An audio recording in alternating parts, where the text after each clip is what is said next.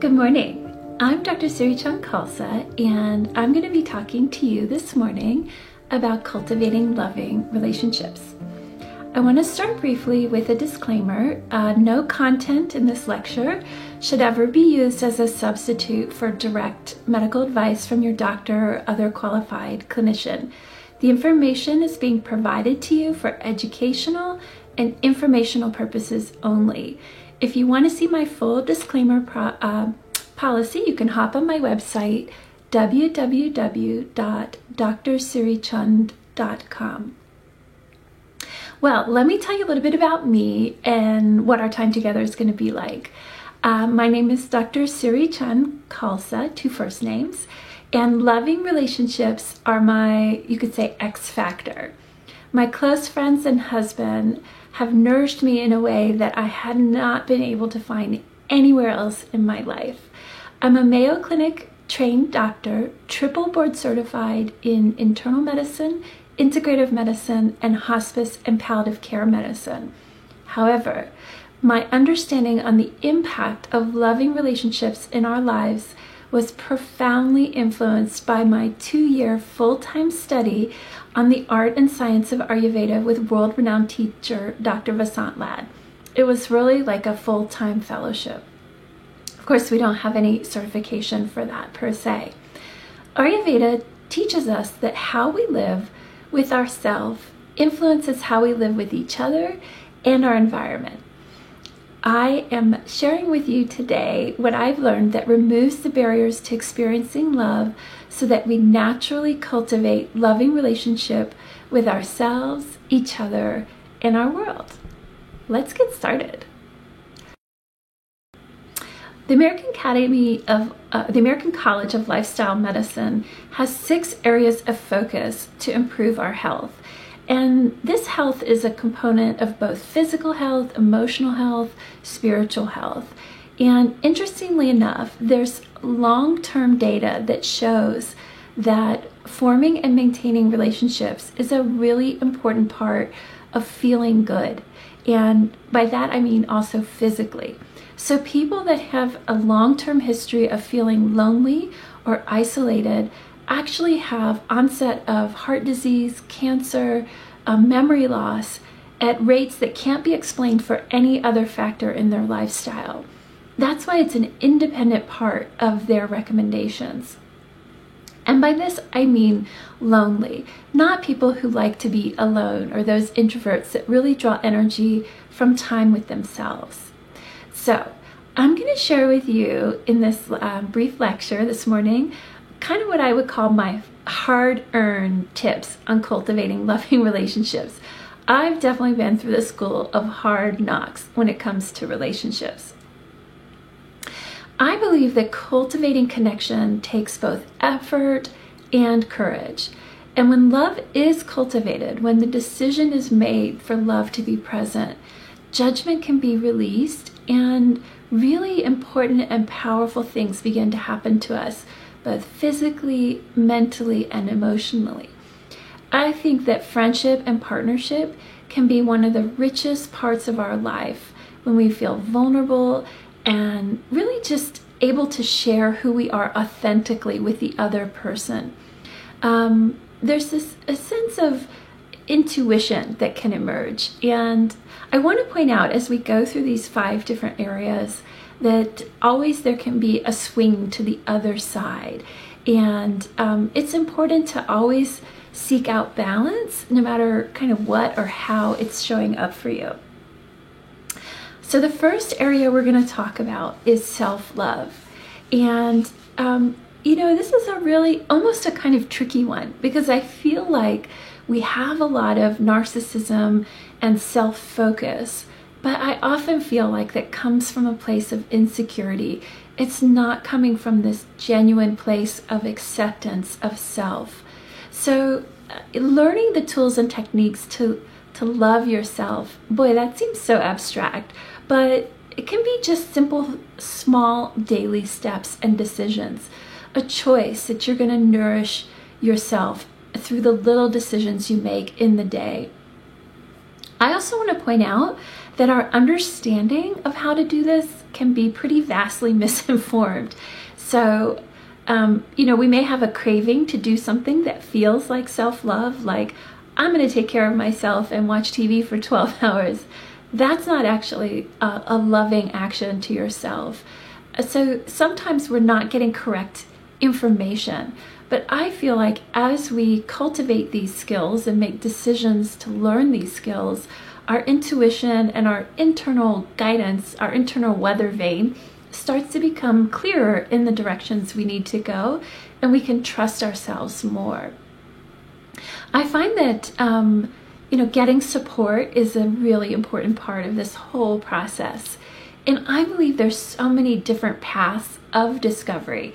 You could decide you want to take a yoga teacher training, or you want to learn about human design or astrology, or maybe you do another educational arc in something like psychology or social work. So there's so many different ways. Some other person might even say, something I really want to do for me is to learn how to mountain climb. And they plan a trip and they make a solo journey, or they find a community of people they want to make that journey with. So however it is you're approaching it, just know that it's a journey that's worth embarking on. This beautiful quote from Rumi: "Your task is not to seek for love, but to merely seek and find all the barriers within yourself that you have built against it." Boy, this one really kindles something for me to understand that there are things that have existed inside of me that were the barriers to feeling that ease and that peace and joy within my being. So I'm going to offer through each of these 5 areas some things to explore, some practical pointers. First off, when it comes to self-love and compassion for self, it is so important to get help, whether it's from people around you who love you. Maybe you're having an illness and you know the loving thing to do would be to eat better, but you just can't organize it. You reach out to someone and say, it would really be meaningful to me if you could help me with. But it also may be something much more profound and longer lasting, such as establishing a therapeutic relationship with a health professional, someone who can really shepherd you and help you discover these places in yourself where you may not be offering yourself kindness. Adding a daily time of reflection to examine your needs. Journaling, art, meditation, or prayer can all be a way that happens. And I would encourage you to find the pathways to meet those needs exhaustively. And by that I mean don't give up on that process. And while you're doing that, full permission to feel human, meaning awkward, afraid, terrified, angry. Boy, the whole gamut can come up as you're doing some more of this discovery. The second area I want to talk about is compassion. And compassion is something that arises when we see suffering in another person. It's that instinctual human desire to help them, that part in ourselves where we want to reach out and touch them in some way. And so many people in our world and in our time right now are living in a certain state of grief, unmet needs, loss of loved ones, loss of connection, loss of job, and there's a lot of unresolved grief. So it won't take you long to find suffering around you, even in yourself. And I want to point out that the art and practice of cultivating compassion can actually have verifiable, scientifically proven benefits, such as slowing our heart rate down, release of oxytocin, and even changes in how our brain is processing information that can lead us to want to be more compassionate. Isn't that awesome? It's like a positive feedback loop in a way in the brain. And letting that rest and digest, that slowing ourselves down, that parasympathetic system that becomes more prominent when that's happening, is one in which our beings can be more relaxed, and we offer things more freely to people when that's the case. There's so many different traditions that talk about compassion.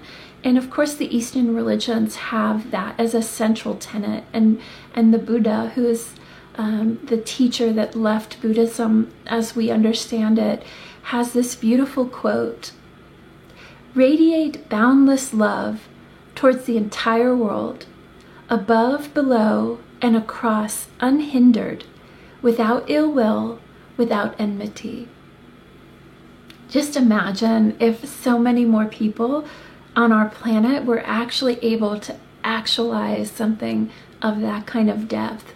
I think we would see so much less human suffering. Some things to explore. There's a very practical process called loving kindness meditation, easily found on the internet, on YouTube videos. And if you're new to it, though, I always recommend find a teacher, because sometimes we don't understand what we don't know, particularly when we're starting a new meditation practice. Another thing you can do is recall a moment in time when you felt a deep and peaceful connection with a person, a place, a plant, or an animal. I believe that there is our ability to connect into all that which surrounds us, and in some ways it's connecting with us, and harder to articulate for inanimate things, but certainly people, plants, and animals.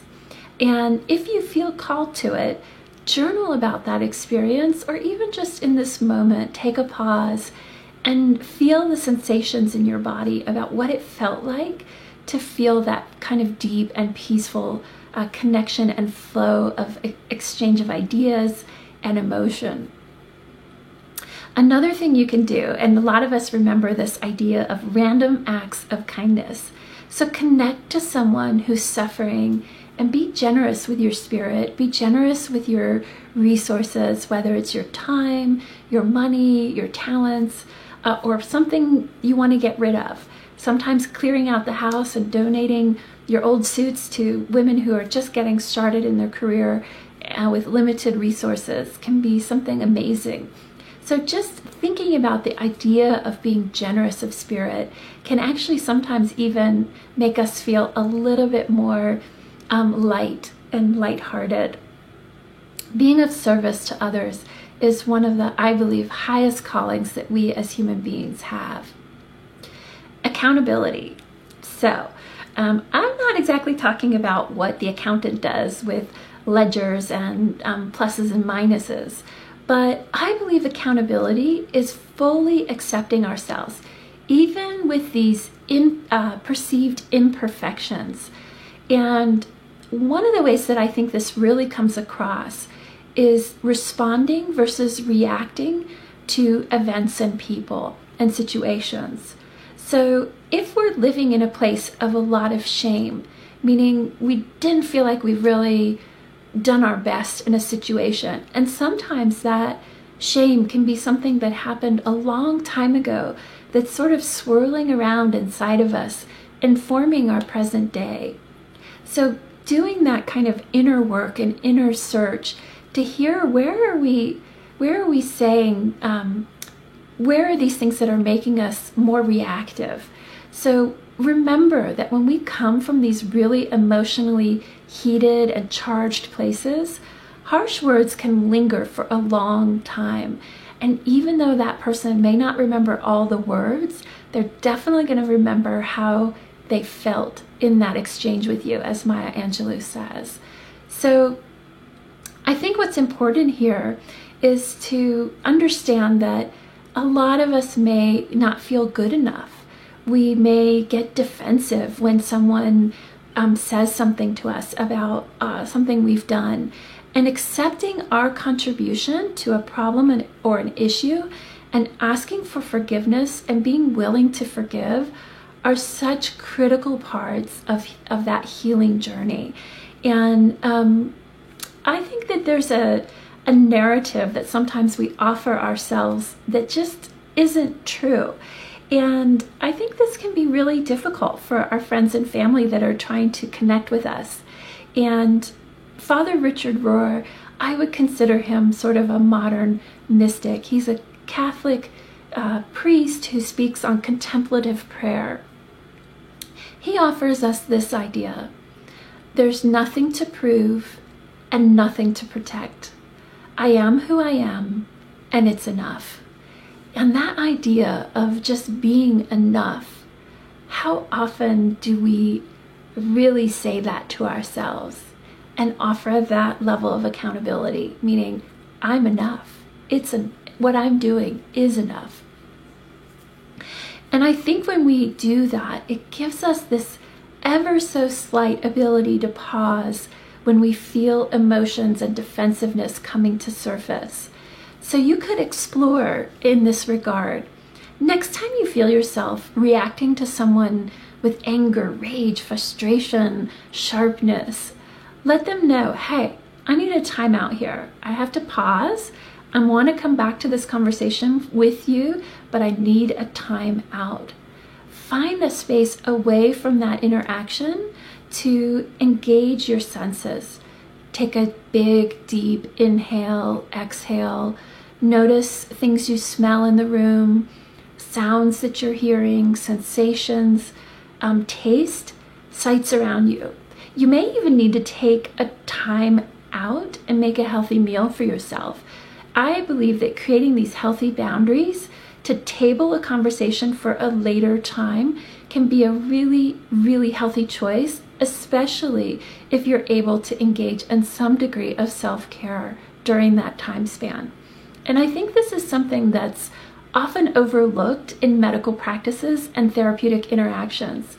What happens when people get emotionally charged has deep and lasting physiologic effects. When we get into that fight-fight mode, our body physiology shifts, and not always to our favor.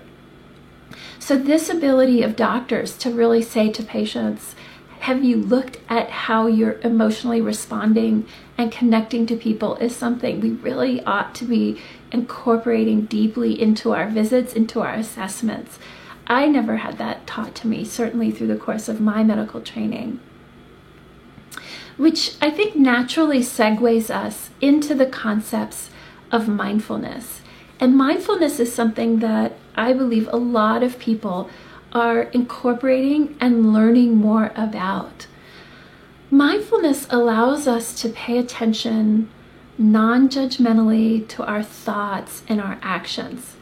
We can be scared and vulnerable while interacting with somebody we desire a connection with, especially when we pay attention. And oftentimes, defensiveness, shame, and judgment are sort of they rob our joy for us. So if we're noticing through awareness and witnessing of our thoughts and feelings that there's a lot of judgment we're offering ourselves, or a lot of judgment that we're offering another person, it's important to understand that that can be actually a barrier to connection. People do not like feeling judged. And if you think about the last time you were judged, I think it's important to also understand we are inevitably judging ourselves. I've done it so many times. Doctors are notoriously good at judging ourselves. Of course, we want to have a certain degree of self-assessment, but when it crosses the line into a consistent conversation with ourselves where we aren't measuring up to an internal standard, I feel like it creates a lot of barriers to our ability to connect to other people. Now, if we are cultivating that mindful awareness, I feel like it gives us a resiliency buffer. It gives us a little bandwidth to give a pause in a moment. And Pema Chodron is a wonderful writer and Buddhist nun, and if you're going through a hard time, she's got really some of the best books. One of them, called When Things Fall Apart, has definitely been something I've utilized in my own life. But her quote is, "Don't let people pull you into their storm, pull them into your peace."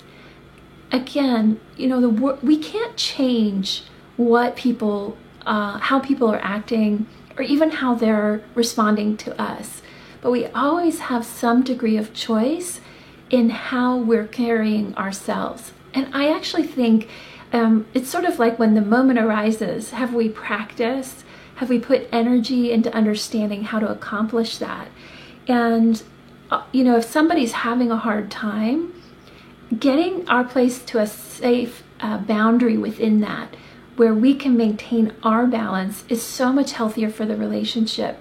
And that really moves away from some of these codependency patterns that keep people locked into not feeling good, and ultimately sometimes can lead to divorce and difficult, strained family relationships over time. If you're interested in mindfulness, hands down, one of the best things that you could do is the Mind Body Stress Reduction 8-week course. They're offered online, they're available in person, certainly here in Phoenix. If you need a resource, reach out to me. This is an amazing journey that I think really introduces practical concepts of how to incorporate mindfulness into your day-to-day life. People can have very transforming experiences during that time span. Another thing you can do, which is one of the ones that I love doing, is take a walk and find a flower on your walk. These flowers are from the farmer's market, which is sort of like my panacea for reset, for mindfulness. The smells, the sights, the people, the vitality, the prana in the food always invigorates my spirit and brings relaxation for me. So I'm just sharing that, that works for me. It might be something else that works for you. But just taking a moment to observe that object. Set a timer and observe the color, patterns, and light, but also notice the thoughts. Kind of like you're on a boat and the thoughts are just sort of slowly floating past you. Notice the thoughts as they're emerging and emotions that are underneath them. And always remember, we are not our thoughts. I don't know anyone who hasn't had a thought in a moment that you thought later on, where did that come from? But that doesn't feel like me at all. So, getting attached to a thought can actually hold back our ability to grow within ourselves. Okay, so gratitude is the 5th area, and I feel like gratitude is the ultimate antidote. So many of the other things that I've mentioned can have aspects of them that are abstract, hard to connect to. But gratitude is something I feel like anybody can cultivate and add into their life in a meaningful way. So research has shown that connection does not thrive with criticism, contempt, disdain, or stonewalling. These are such detrimental pieces to how we're able to interact. When we feel these feelings arise, notice them. Develop the habit of finding something you're grateful for in that person when those feelings arise. And I know that sounds like, oh my gosh, that's next to impossible, but it's doable. And it actually is not only doable, but adds such a deep dimension to our ability to connect when we can take the body out of that reactive state and allow ourselves to inform how we're going to act with that person from a place of more relaxation. So when we get into places of criticism and contempt, we're more in that fight-flight mode. And always, I want to point out that we need to remove ourselves from abusive situations. It's really, really critical that we know when we're not feeling safe that we don't stay. And there's so many layers to that. And lots of resources for people.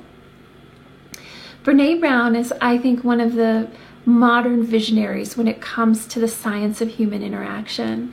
This quote from her: "It's not joy that makes us grateful. It's gratitude that makes us joyful." In her work, she has a concept called the wholehearted person.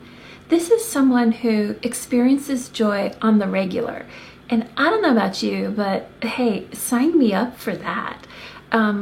it's important to understand that joy is not necessarily a default mode. And it's a mistaken thought that there aren't actionable steps that can result in joy. And her research, so interesting, actually found that cultivating gratitude led to more joy for people. I think that's just amazing when I really thought about it. And so on this end, I'd like to point out that attention to gratitude, to me, totally matters. Totally, dude. Reminding me of my childhood. But it's something that's so critical to us feeling good, is being able to develop a sense and awareness of the gifts and those things in our life which we don't have control of. Can we still have some way to develop gratitude around them? So starting a gratitude journal that puts focus and energy on that for you every day can be very pivoting. I saw that with patients in so many circumstances. Just by journaling about being grateful, their day-to-day reality began to shift in really measurable ways. And in this time of isolation and COVID and loss, where people are really experiencing deep shifts in things that used to be their normal, finding the focus of things that still to be grateful for can be really helpful. So we're going to just do a very brief, you could say almost mindfulness exercise. I'm going to just lead you through, and just find a comfortable spot. Please don't do this if you're listening to this while driving. And just notice your breathing, your inhale and your exhale. And we're going to just show you here, we're going to have this singing bowl making some sounds in the background. So just inhaling and exhaling, noticing the breath.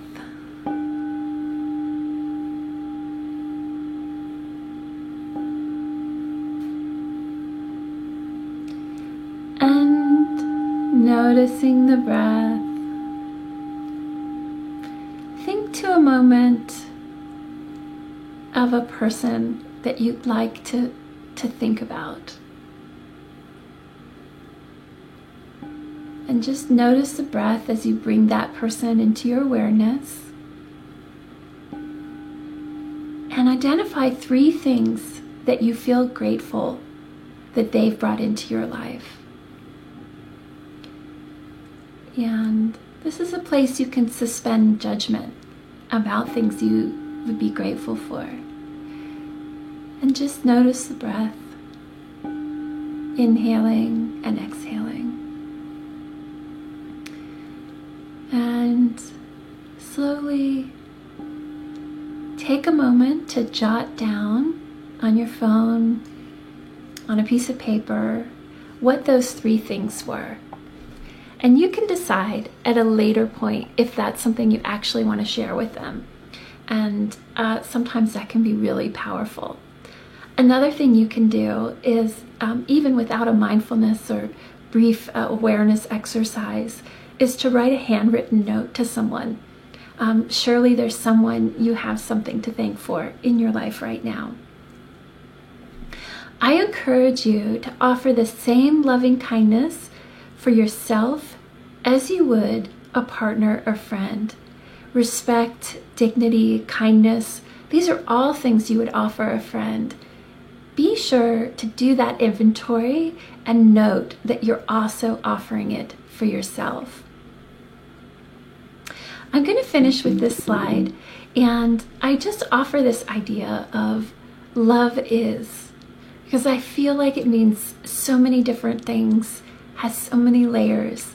But I encourage you to just spend a little time this morning about a contemplation of what love is to you. So thank you so much for tuning in. And again, I'm Dr. Siri Chung Khalsa, and you can find me on social media at Luminous Foods. You can also find me at drsirichun.com. And I am a physician primarily focused on helping other physicians integrate Ayurveda into their practices, as well as offering experiences on methodology for nourishing our mind, body, and spirit from an Ayurvedic standpoint. So take care, and I look forward to connecting with you. Have a great day.